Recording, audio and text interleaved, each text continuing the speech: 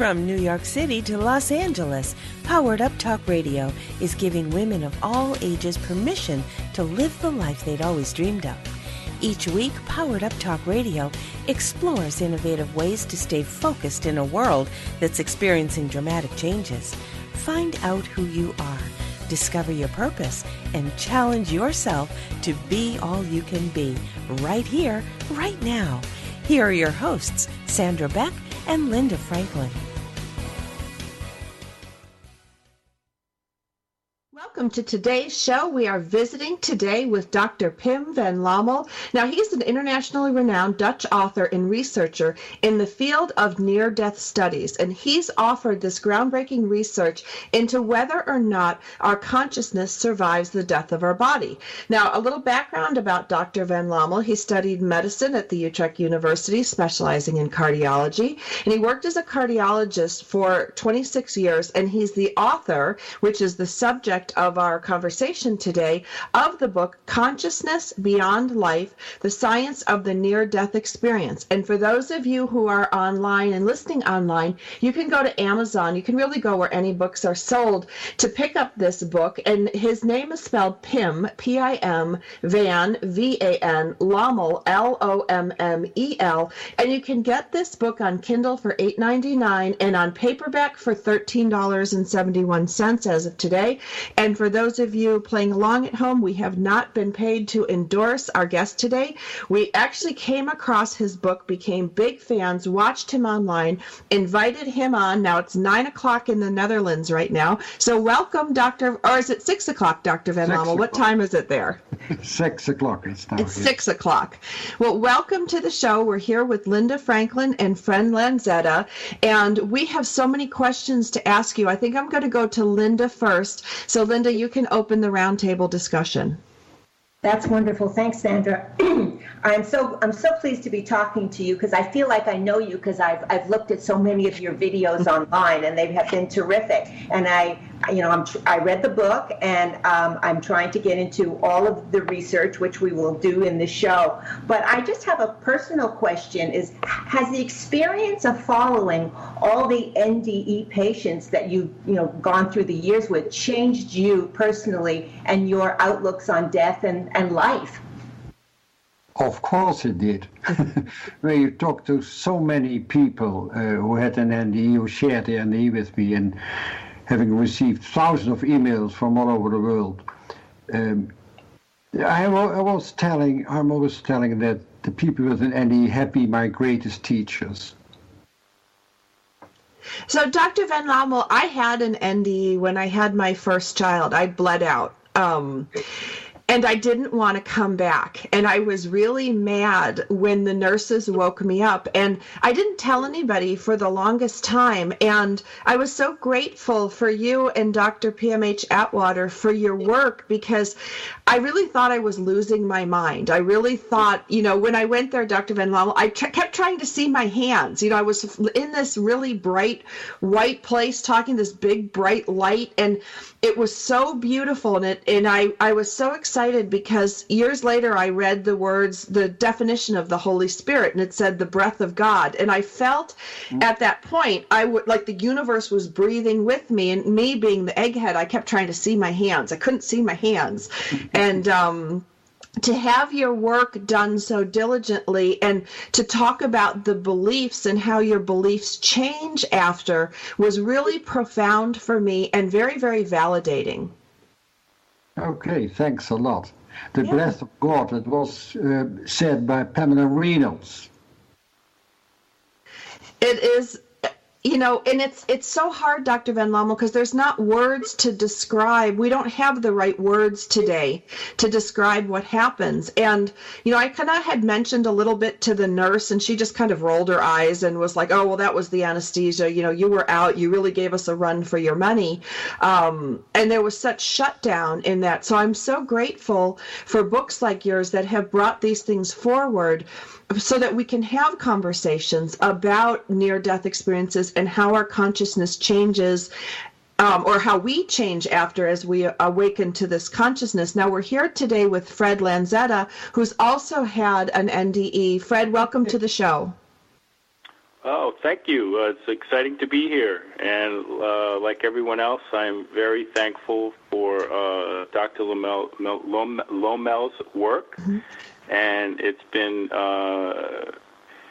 very helpful in confirming when you have challenges and experiences that we really don't have a framework for in our culture. So it's very exciting. And in your book, if it's okay to ask, I had one specific, well, I have many questions, but prospective versus retrospective, is that the correct way to talk about your approach with your research? What we did in the Netherlands was a prospective study in 344 survivors of cardiac arrest. And prospective means that you start with the question, if it could be an explanation about the cause and content of the NDE. Retrospective study means that you ask patients who had an NDE in the past if they could remember and how they changed. But it is a problem that when you do a retrospective study, you have a huge selection of patients, but only the patients who can talk or try to talk about the NDE will answer. And people who are still silent about it will not come to your study. So retrospective studies gives a huge selection of patients, and it is a very huge problem to find out what exactly the medical situation was in the past. So in a prospective study, you know exactly when you study patients with a cardiac arrest, then you know that all patients have been clinical dead, which means that they have been unconscious because of lack of oxygen in the brain due to the cardiac arrest. There's no circulation, no breathing. And we know also that this kind of patients who are clinical death will die within 5 to 10 minutes if you don't initiate CPR. So it's the process of dying people. And when you study these kind of patients, you can also ask questions about what is the relationship between consciousness and the brain, because I learned in university that consciousness is a product of brain function. But when you have a cardiac arrest, your brain function ceases within 15 to 20 seconds. And there are no brainstem reflexes, no body reflexes, you are unconscious, and the EEG flatlines in 10 to 20 seconds. So, and then still people can talk about an enhanced consciousness with the possibility of perception out and above your lifeless body, or having a life review, or meeting deceased relatives, seeing a light of a being of light, and sometimes a flash forward, meeting a border, and then, which is awful for most people, conscious return back into the body with the pain, etc. So in a prospective study, you can really tell about or ask questions about the cause and content of the NDE. Very fascinating and very specific, the contrast.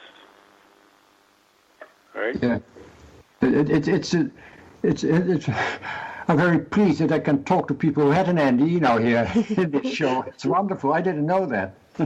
Well, we always try to surprise you. And I think one of the biggest surprises, and Fred was little when he had his, but I was in my 30s, Dr. Van Lommel.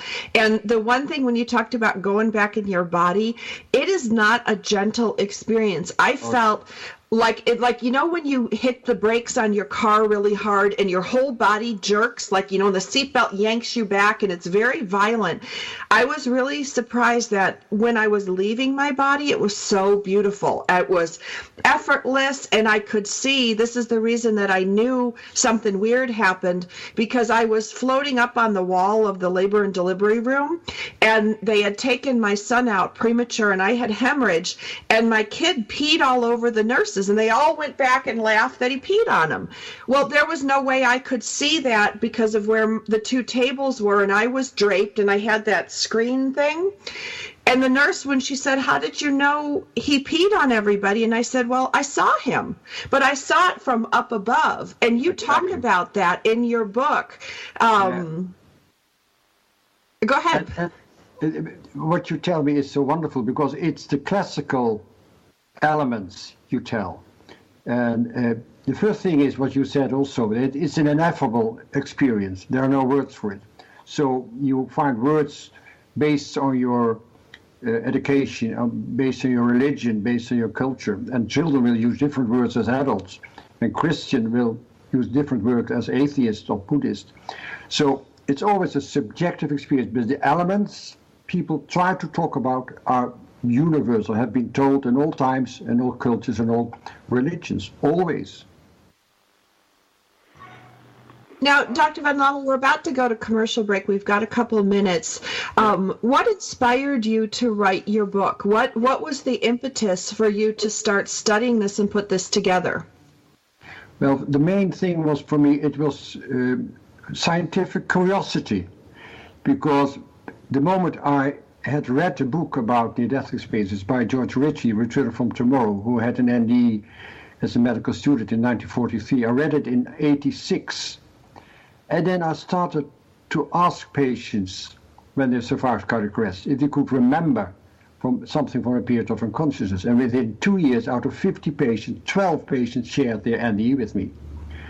And then, because I had learned that it is impossible to experience consciousness when you have a cardiac arrest, it was the scientific curiosity that we wanted to start this prospective study in the Netherlands in 10 Dutch hospitals, to understand why it is possible that people can have these kind of experiences. Thank you. We're going to go to commercial break right now. We're talking today with Dr. Pim Van Lommel. Now, you're going to want to get a copy of his book because it's fascinating. And if you've had a near-death experience or you wonder if you have, I would suggest getting a copy of his book, because we need to be validated. We need to understand what happened to us. You're not crazy. You're not, it wasn't the anesthesia. It wasn't all these things, that I was told. And when you read his research and you hear your story told over and over and over again, I really encourage you, if you're questioning, go ahead and get a copy of his book, Consciousness Beyond Life, The Science of the Near-Death Experience. We have not been paid to endorse this book. This is something that Fred, Linda, and I came across and we really enjoyed. It's clear, it's well written. We'll be back after the break with Dr. Pim Van Lommel, Fred Lanzetta, and Linda Franklin. This is Sandra Beck. Stay with us. We've got lots more ahead. We'll be right back.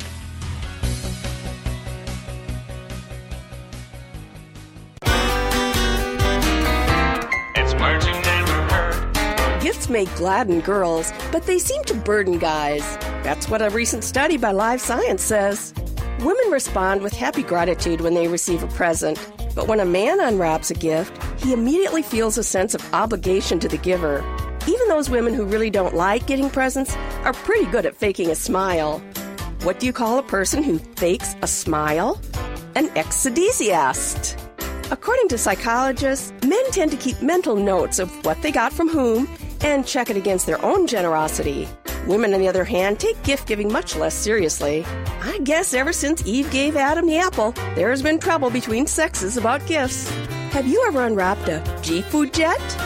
That's another name for any gift you'd just rather put in the garbage. It's words you never heard. I'm Carolyn Davidson, and you can have fun challenging your words you never heard vocabulary with my free app, Too Funny for Words. It's words you never heard. Article in Mental Floss magazine listed some actual town names in the United Kingdom that are sure to bring a chuckle to American tourists. Would you like to live in the village of Upton Snodsbury? It's near North Piddle. How about Pickle Church in lovely South Gloucestershire? Or Barton and the Beans in Curry Mallet? How about a vacation in Mudford Sock? Or Puddletown, an adorably named spot in Dorset? But my favorite town is found in Buckinghamshire. It's called Blubberhouses. I'd like to send a big thank you to all of the brave men and women of our armed forces serving at home and abroad. We appreciate all the good you do in the world on behalf of America. It's words you never heard. I'm Carolyn Davidson, and you can have fun challenging your words you never heard vocabulary with my new app, Too Funny for Words.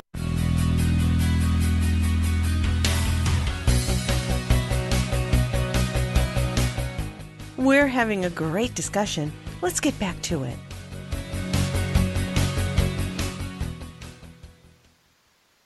Well, Welcome back. We're here with Linda Franklin, Fred Lanzetta, and Dr. Pim van Lommel.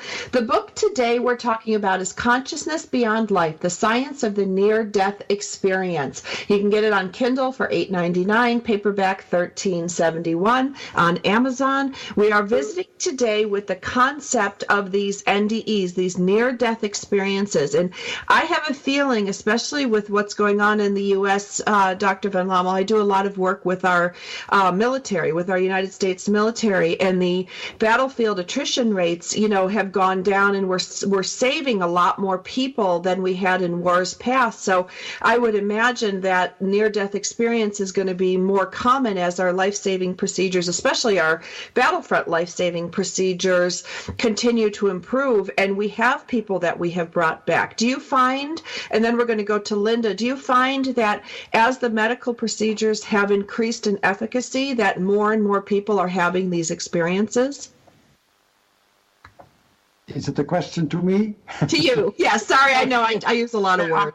I'm quite sure that we usually don't realize anymore that the first CPR was possible with defibrillation, external chest compression 50 years ago. So before 1967, all patients died with cardiac arrest. So since the last 50 years, we have more and more patients who survive a cardiac arrest. And also there's better treatment for patients who have cerebral trauma. But still, a lot of people who have experienced an NDE keep silent because they cannot believe it themselves. They're not believed. Physicians, nurses, family members don't believe them. And it's still a huge problem. Also in the Netherlands, it's going better because I'm positive about the younger generation. I lecture a lot for medical students and psychology students. But my generation still is very reluctant to be open to this kind of experience and to be open to listen with an open mind, without prejudice, to patients who had an NDE. And in the army, I think it's another problem that real strong people should not talk about these kinds of experiences. So they're extremely reluctant to share it with others. Yes, there's a lot of stigma attached to it. Exactly. I think so too. So, but it also, IANS USA with Diana Corcoran has written a lot for patients who had been soldiers, who had been in Afghanistan and then Vietnam and Iraq. A lot of soldiers must have had an NDE, and they're so reluctant to share it. Absolutely. I've done shows on that with our military, but it's all one-sided. We provide the information so we can comfort and validate and support the experience, but very rarely do I get any feedback back, anything positive.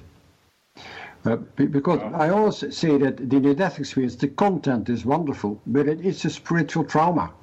Because you cannot share it with others. And most people have years of depression and homesickness and loneliness because they are not able to share it. So they cannot accept it themselves, let alone others. And you have to integrate your new insight in your life. And you can only integrate when you can accept it yourself and people can accept it. Well, and I loved what you said about the divorce rate in there, because one of the things that my ex-husband said, after is I drove him nuts, Dr. van Lommel, because before the NDE, I was very type A driven. I'm highly educated, went to Northwestern, have my master's in business, and everything was go, go, go. And it was about material acquisition, all this stuff. And then after, I became all about, like, he used to call me Pollyanna. I was about love and about friendship and about, it's so important to just be together, and all this stuff doesn't matter. It's just nothing. This stuff is nothing. And it would drive him bananas. And I think it really did drive a big wedge in our marriage, because I went from type A businesswoman to Pollyanna and was very different before and after. Well, what I know, it's about 70% of people who have an NDE get a divorce, because the partner said it's not the same person as before. And it is because of the transformation. The transformation are three aspects. First is you lose the fear of death. Death doesn't exist. Death seems to be no death at all. Second is a new insight in what is important in life, which is unconditional love and compassion. First towards yourself. Accept yourself who you are with your negative aspects, and compassion and love towards others and towards nature, because you are connected and feel connected with other people, with nature, with the planet Earth. So it's the interconnectedness you experience. And that is the third aspect, is the enhanced intuitive sensitivity. That means you have access to the feelings and thoughts of other people beyond time and beyond space. What I technical call is a non-local information exchange. You know from people from a distance what they're thinking and feeling. You know that people will die. You know that people are sick, etc. And it is frightening for most people in the beginning. And loud. Like, It was loud. It felt like everybody's energy, everybody's thoughts, everybody's feelings. And it was very hard for me, Dr. Van Lommel, to be in groups of people because it was too much. It was like a movie theater that was too bright, too loud, and too intense. yes, you cannot stand loud noises anymore. And that's especially for children under the age of 4. When children have an NDE, they usually don't know anymore about the content of the NDE. We all have to change the transformation, and especially they're so sensitive. So they look for silence, they look for nature, they love classical music, they don't play with other children as well. So they cannot accept loud noises and loud voices, etc. Fred, do you find the same experience? That was me. And it was me growing up, and it was me that, all the family stories from all my aunts and uncles, and being at a holiday Christmas Eve where they'd say when I was an infant where I just couldn't be around and would not stop crying. It was just too intense. I wasn't conscious of it at a young age, but the unfolding of the experiences or attributes, for lack of a better word, the causes, just kind of unfolded and kept unfolding, and there was no framework of a culture. Luckily, I had very special parents that were very open and supportive, and that's why I'm here today, able to speak and listen to with all of you. And it's quite special and extraordinary to be able to go to an IANDS conference and pick up a book like yours.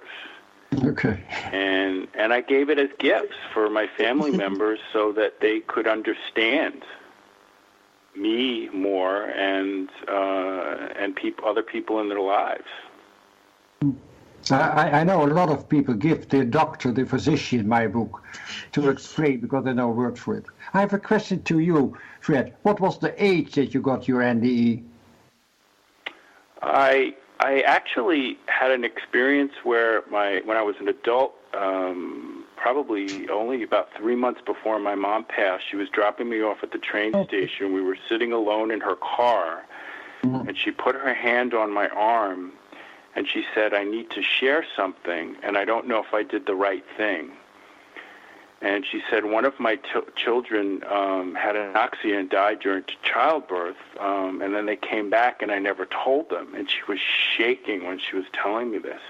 And I smiled at her, and I didn't even want to know. I didn't ask which one of it was because I'm the youngest of 5. And I said, all your children are healthy, they're happy, they're living full lives.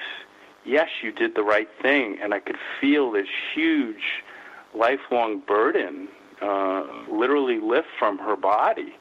And she passed away about less than 2 or 3 months after that. It was one of our last very intimate conversations, and I had the fortune enough to be friend Sandra, or one of our hosts today, and she gave me this book, and it just changed me. And I was reading about myself, and it was quite an extraordinary experience to be able to say, wow, there's people that have gone through this, there's people that have experienced this, but I wasn't conscious of it. But the unfolding my whole life and then the knocking on the culture and the doors was just very loud. But I had very supportive and loving parents. Okay. Thank you for sharing. Wonderful. Well, I think it's important, Fred, because you actually tracked it backwards. You know, like for me, it was obvious the before and after the experience, but you had all these after effects that were puzzling to you for decades. And then you deconstructed it after the conversation with your mother. You had a I don't know, deconstruct is the right word? But sure, I went backwards. You sort of had an experience, but your experience was very, very different. And that's why I'm thankful, even for you, that you shared your experience with me and you shared the books with me. And I did. I kind of did. I went the long way, but I got here. And I learned to integrate all this and appreciate it and embrace it with friends like Linda. You know, it's been a wonderful journey. But I didn't know, and it wasn't explained to me. It was explained to me where I'd go to my parents with stories, and they would say, you know, talk to me, but don't tell anyone outside the family. You know, there was this acknowledgement and honoring, but not a macro viewpoint, which we have today. And that's why we're thankful for you, Doctor, because of that. There's a macro view, you know. I always ask people who are very enhanced intuitive what about their childbirth, if it was complicated.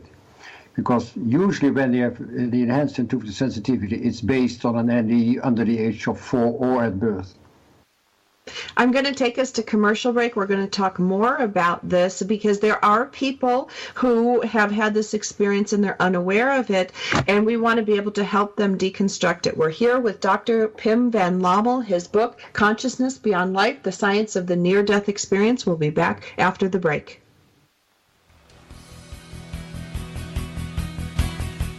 Stay with us. We've got lots more ahead. We'll be right back.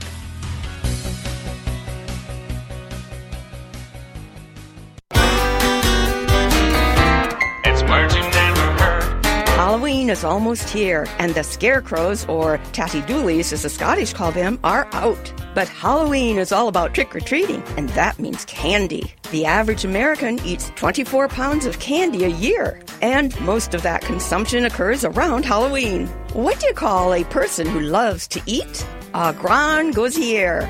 Popular costumes for this year are happy face and wink face emojis.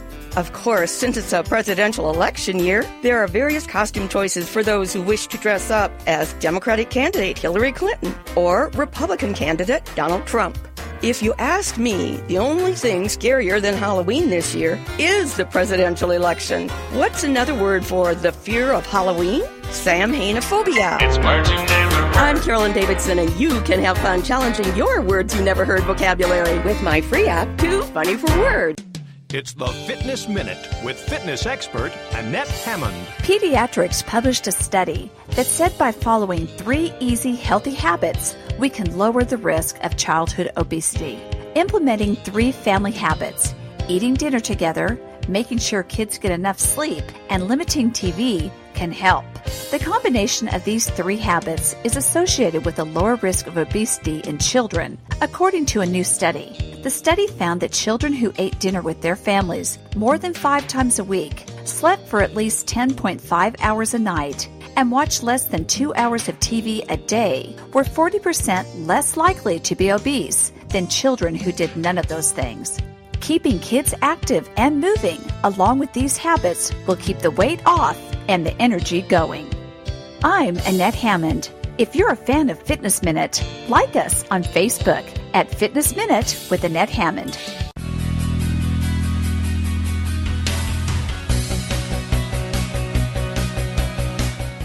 We're having a great discussion. Let's get back to it.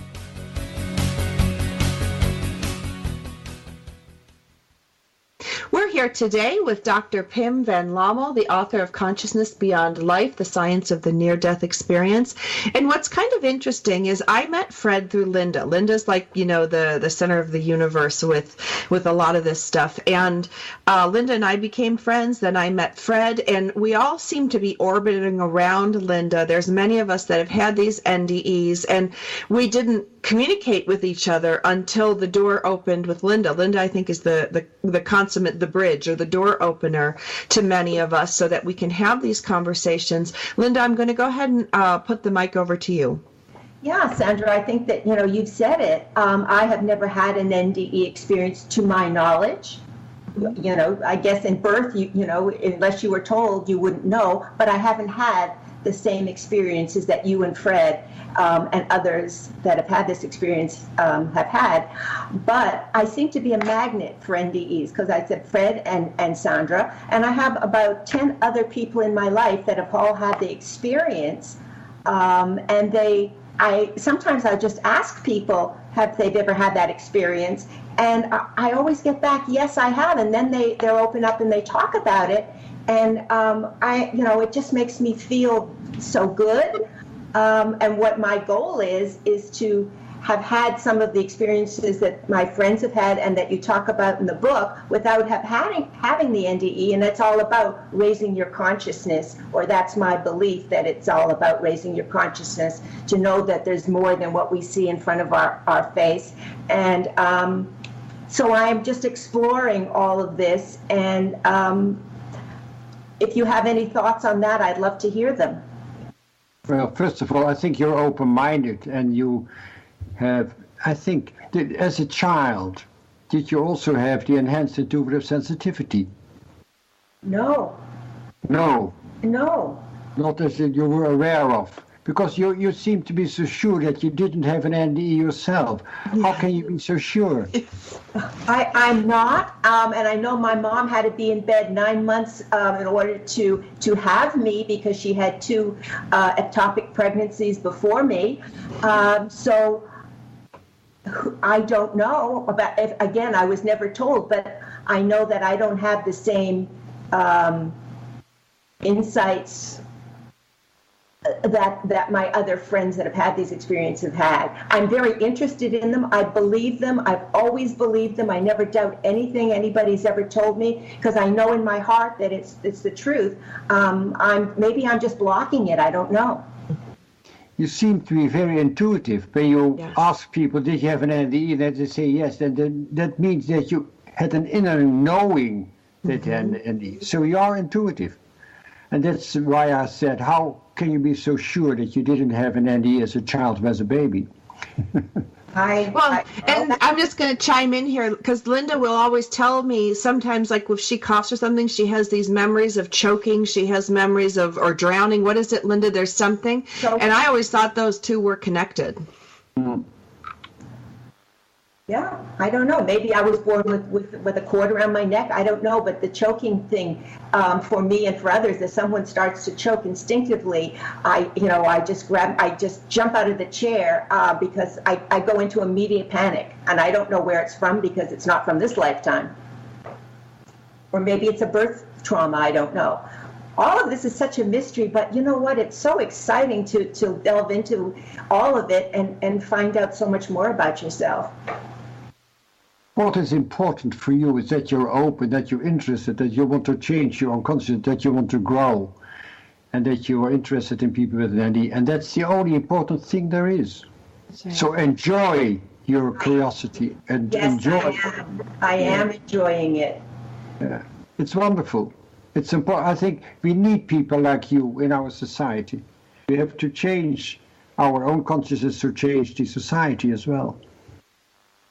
Well, we have to borrow, I talk a lot about borrowing faith in something, borrowing faith in something till you find your own. And for people who haven't had an NDE, I will talk to people, especially people towards end of life. When my mom was dying, my mom died of breast cancer after a long battle. So we talked a lot about what was coming next. And she would say things to me like, I'm just going to be in the next room. And the body dies, but the soul, the spirit, it doesn't. You're still still who you are. And I don't know how she knew any of this. She just told me from, we had hours and hours of conversation from her deathbed, if you will, about the afterlife, about how consciousness lives on. And, if you go into great theology, it's no mystery there's the life ever after. It's in 3 of the great religions. It has been told in all religions and all times. Plato has said about it. In the Middle Ages has been said. And a lot of people in the end stage of illness have this deathbed vision or end-of-life experiences, like you tell me now about your mother. And it's an inner knowing that there is a continuity of consciousness. It's not the end. Death is the end of your body. But death is not the end of your consciousness. So there's a continuity of consciousness because we have a body and we are consciousness. We are conscious, always conscious. Before birth and after death, we are conscious. Well, and I just want to put it in layman's terms for kind of what it looks like and feels like. You're still you. Like, this is the thing, Doctor, I'm going to call you Dr. P. Dr. P, you're still you after your body's not there anymore. When I was telling you about, like, trying to look at my hands, I still had my goofy sense of humor. I still felt like myself. I just wasn't this body, this meat suit, this whatever we're wearing anymore. I was still me. But I didn't miss here. Like, that was the one thing I didn't miss at all. It wasn't like I was longing to find out if I had a baby. It wasn't like I was longing for anything here. It was so nice there. It was so beautiful. I didn't want to leave, but I was still me. Yes. The essence of who you are is your consciousness. And when you are in your body, your waking consciousness, that is your ego. But when you're out of your body during an NDE, then you're much more than you. Then you're, what I would like to call is your higher self. It's much more, your consciousness enhanced. You have access to all your memories. You're back beyond time and space. When you have attention to some place or somebody, you will be there. And also future events are there. So it's what we call a non-local consciousness. It's beyond time, beyond space. Everything is connected always, and it's pure unconditional love there. And also wisdom. You get answers to your questions before you ask the question. Well, and I got answers from my mom, which was really weird because I was there and I was talking. I called it the triangle person because he looked like this big, tall triangle light. And he was really, everything was really, really bright, but it didn't hurt my eyes bright. It wasn't like sunlight. It was just really, really, really, really bright. And it was expanding and contracting. That's where I was thinking about the breath of God. And whoever this person was, and I kept thinking, maybe it's my grandpa. I never met them, so I didn't know. But he told my mom everything was going to be okay. It's all going to unfold as it should. It will, and that she's loved and that it's fine. And my mom was the product of an affair and had a very traumatic childhood, and she carried a lot with her. And after that, I found all her brothers and sisters on the internet that she didn't even know she had. But there was this message of peace for her. And there was also and then I'll shut up because I could talk about this for hours, but I knew I couldn't go any farther. There wasn't a wall, there wasn't any demarcation line, but I knew if I went, I wasn't supposed to go over here. I had to stay where I am. And then I was really mad when they told me I had to go back. It wasn't my time, and I could only go so far. And I really wanted to know what was on that other side, but I wasn't allowed to go there. I was stopped. And then when they said I couldn't, it wasn't my time, I still had things to do. And I know they told me what I was supposed to do, but I can't remember it. Then I chunked back into my body. You still had a task to fulfill, and perhaps what you're doing now is this task. Talk about it. Yeah. Could be. Maybe. I don't know. I wish I could remember that one. Linda, go ahead. Dr. P, I like that, Sandra. I'm going to call him Dr. P as well, because we're very informal here. We're all friends. Right. Now that books like yours have been written, and this higher consciousness idea is all over the internet now. I mean, with tapes and books and conversations and websites. Do you feel that maybe the consciousness of the masses is being raised because it's out there all the time now? Or are we still stuck in the old paradigm that, seeing is believing? Well, the old paradigm is disappearing a little bit, little by little. I think we need a new paradigm in science as well. The current science is materialistic science, and consciousness, you cannot prove it with materialistic science. You cannot prove it, you cannot measure it, you cannot duplicate it, you cannot falsify it. Just consciousness as it is there is beyond materialist science. So we have to change science, we have to change the paradigm in science to include consciousness research. But still a lot of people are very reluctant because we learn on schools, we learn on universities that consciousness is just a product of the brain. And with this concept, which is a dogma now, it's impossible to explain people who have an NDE in cardiac arrest or deep coma. So we have to change the paradigm. I think young people are more open for it. What I told you, I got a lot of invitation from all over the world, especially also for medical students, hospitals, hospices, terminal care people who are open for it. So I'm very positive it will change, but it is a slow process. Max Planck, the founder of quantum physics, once said that a new idea is only accepted when the old generation has died. Right. And so we need time for it, but I'm positive it will change. But what I'm thinking is doctors like you, because the world, honors your credentials and your studies and your brilliance, and other, and doctors that have actually had NDEs and other people that people know because of their accomplishments in their life are now talking about this. It kind of gives it more credibility so that the naysayers now can turn, you can give them this book and say, hey, this guy is a brilliant doctor, he's a cardiologist, he's believing that, and others. So what's the deal? Why can't you believe it? Why is it so scary to believe it? Linda, I'm going to take us to commercial break. We're going to hear more from Dr. P after the break. The book today is Consciousness Beyond Life, the Science of the Near-Death Experience. When we come back, we're going to talk more about this with Dr. P and Fred and Linda. We'll be back after the break.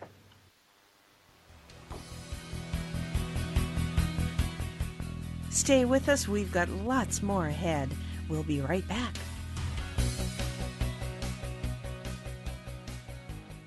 Secret Cuisines and Sacred Rituals is a quest, a place, and a feast. Join host Vilasi Venkatachalam every week to explore myths, mystique, old medicine, and brilliant modern solutions through a dazzling kaleidoscope of cuisines, cultures, and cures. This is the place where tribes gather, strangers and familiars, to be memory keepers and makers of our evolving, enduring, evergreen, spoken legacy of wisdom and ingenuity. In Vilasi's words, when we do old things in new ways and new things in old ways, we paint with an inspired palette, weave our own healing traditions, and become our own guru. Vilasi is a troubadour of secret cuisines and sacred rituals. She collects stories of wisdom, ingenuity, and grit.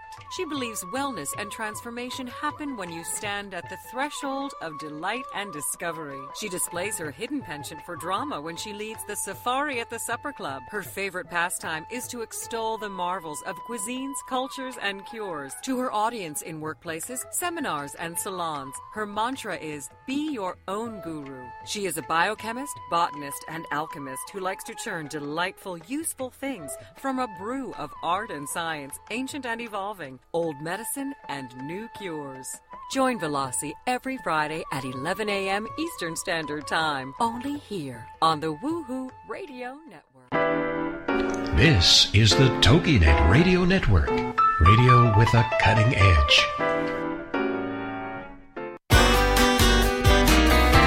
It's Merging and Heard. There are more cats in U.S. households than any other pet. Most allurophiles or cat owners know that unlike dogs, taking Kitty for a ride in the car isn't any fun. I mean, you never see a cat hanging its head out the window, enjoying the breeze. Today's domestic cat is descended from a small Mid-Eastern wildcat. A group of kittens is called a Kindle, and a group of adult cats is a clouder. What's the word for those dust balls composed entirely of cat hair? Fluffernuggins. Personally, I like pigs better than either cats or dogs. Dogs are subservient and look up to man. Cats are aloof and look down on man. A pig, however, will look you in the eye and see as equal. It's words you never heard. I'm Carolyn Davidson, and you can have fun challenging your words you never heard vocabulary with my free app, Too Funny for Words.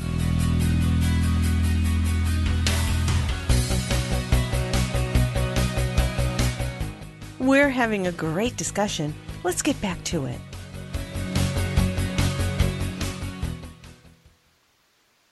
We're here today with Dr. Pim van Lommel, Linda Franklin, and myself, Sandra Beck, along with Fred Lanzetta in New York City. We're talking about the near-death experience. And Linda, you talk a lot about the fear around accepting this new paradigm, which really isn't very new after all. It's in the Bible, it's in the Quran, it's in many different belief systems around the world. It's nothing new, but we seem to have in this culture a difficulty embracing this. Go ahead. Yeah, basically that's it. And with more doctors coming out with these kind of studies, and doctors and other, business people that have had NDEs and are talking about them, and they're not flakes. I mean, these are respected people. Why are people still so resistant to thinking that this is possible? Well, it's a very important question. I think you know about Eben Alexander, yes, the neurosurgeon from Harvard who had the NDE in coma, and he was open about it. I've met him even several times before his book came out, and he was rather brave. But you know how he was attacked in the press by everybody, that it was nuts, it was impossible, etc. And also, when you have an NDE yourself, you know that it's so hard to share it with others because it's an ineffable experience. And the transformation is, your new worldview doesn't fit in what other people think. Money isn't important anymore. It's about love, it's about nature. So it's not accepted. And I know quite a lot of scientists and physicians who had an NDE and tell me, and just secretly share it with me. They don't talk about it openly. And I also know a lot of scientists who have a private opinion about the NDE. They are still more open. But officially, they say it's social nuts and nonsense, because they lose the position, they lose the research money, they lose. So it's in this materialistic society and competitive society, it's not done to talk about this kind of things. So you're thrown out of the society as well. So it's really fear. Because your worldview totally changes. So when you have to accept it, your whole worldview changes. And a lot of people are afraid of it. They lose your partner, they lose your friends, you lose your family, so you lose so many things, but you get new friends and new partner, etc. So there's a positive aspect. But it's hard work. It's a trauma. And NDE is a spiritual trauma. Do you have a specific experience with an NDE that sort of knocked your socks off? Like, do you have a favorite? Yes, well, when we published our study, prospective study and a long-term study in the Lancet in December 2001, the editors asked me to give an example, and I did, and I also write about it in my book. There was a 44-year-old man who had a cardiac arrest somewhere in the meadow, and people found him unconscious, and they just started kind of CPR, but not quite adequately, and he was brought into hospital in the coronary care unit after about 30 minutes, and he was already cold, his body was blue, he had fixed pupils, no breathing, no heartbeat, no circulation, etc. And the first thing that the nurse wanted to do is to intubate the patient to give him more oxygen. Then he found out that he had dentures in his mouth, so he took the upper dentures out and put them somewhere on the crash cart. And then they continued for about CPR for about 1.5 hours. He was young, so they tried to get him back, and yet after 1.5 hours he had circulation again, but blood pressure again, but he was still in coma. So he was transferred to the intensive care unit to continue artificial respiration. For more than 1 week he was still in coma. When he regained consciousness, he was brought back to the cardiac ward. And he was still just there back, and the nurse came in to give medication to patients. And he saw the nurse and he said, "Oh, you know where my dentures are." And the nurse was so surprised. And he said, "Well, you know, you were there when I was brought into hospital, and you took the dentures out of my, you put it on some table where there were also flashes on it and bottles on it, and then there's some drawer underneath, and there in this drawer you put the teeth." And it was exactly how it happened. And he told that he could see from above about his own CPR. He could describe the resuscitation room where he was brought into coma, he was taken out in coma. So he could describe the people as well. So it was an objectivation of this veridical perception. And it's so important to have, just to verify these veridical perceptions. And there are more and more stories told about these kind of things, where doctors, nurses, and family members could tell that what patients said they saw really happened. And heard. Yeah, and heard. They don't hear with the ears, but they know what is said because they know what people think. They know the thoughts. So when you tell things, then it starts with a thought.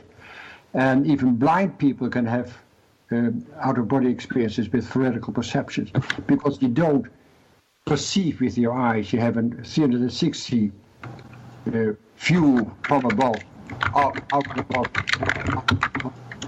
which is impossible for a current perception, but most people still think that you can see by your eyes, but people can perceive out and above the body, which is totally different.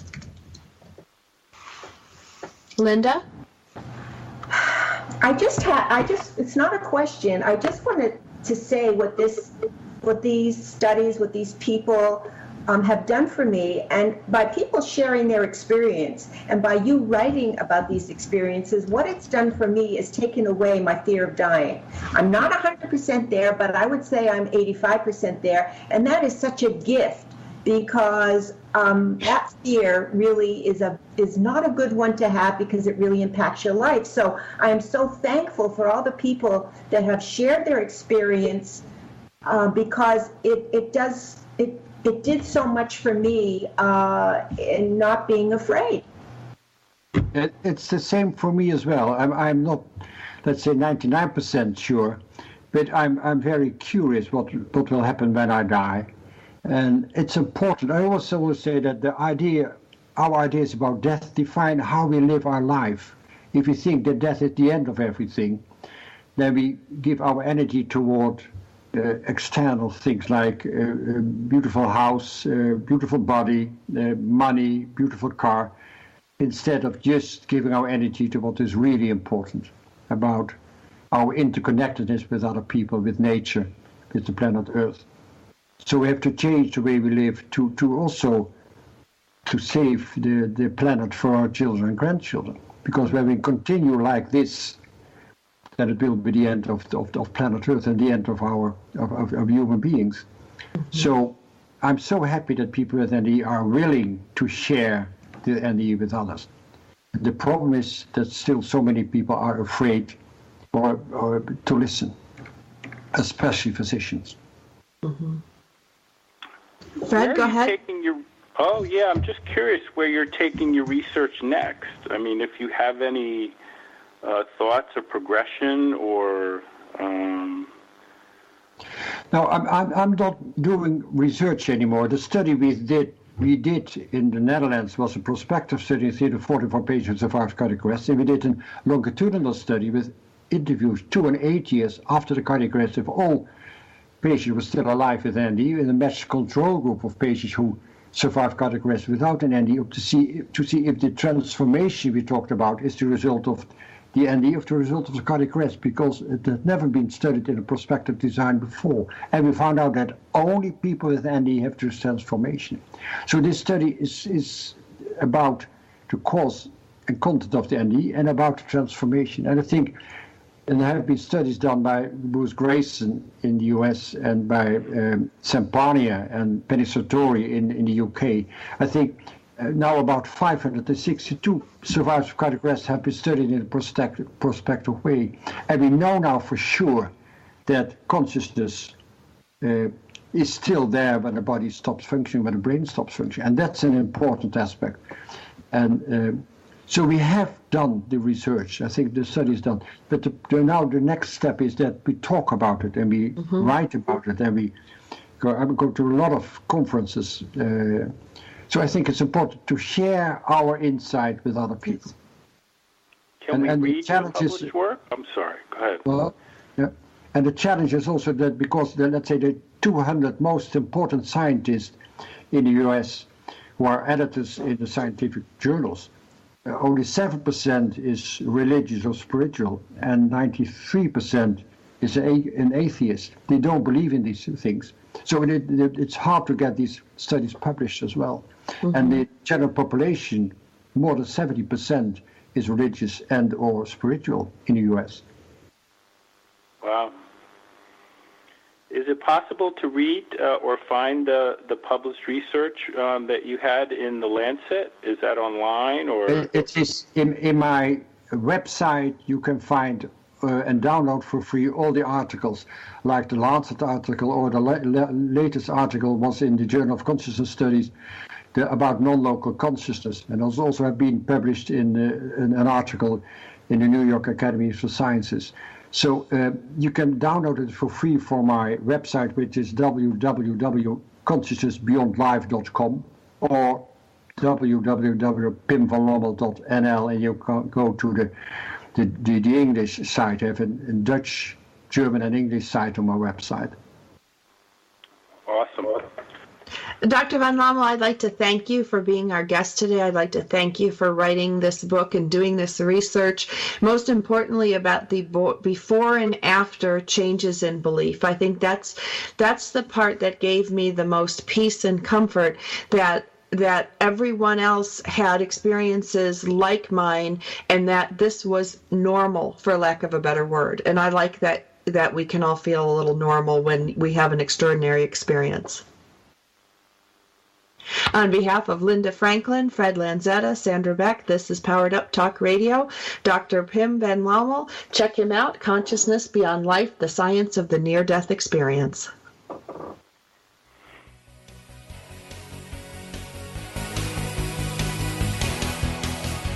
Thank you for being with us on Powered Up Talk Radio. We hope you'll join us again. Find your purpose and discover that what you are capable of achieving is a glorious gift. Powered Up Talk Radio is a production of Beck Multimedia.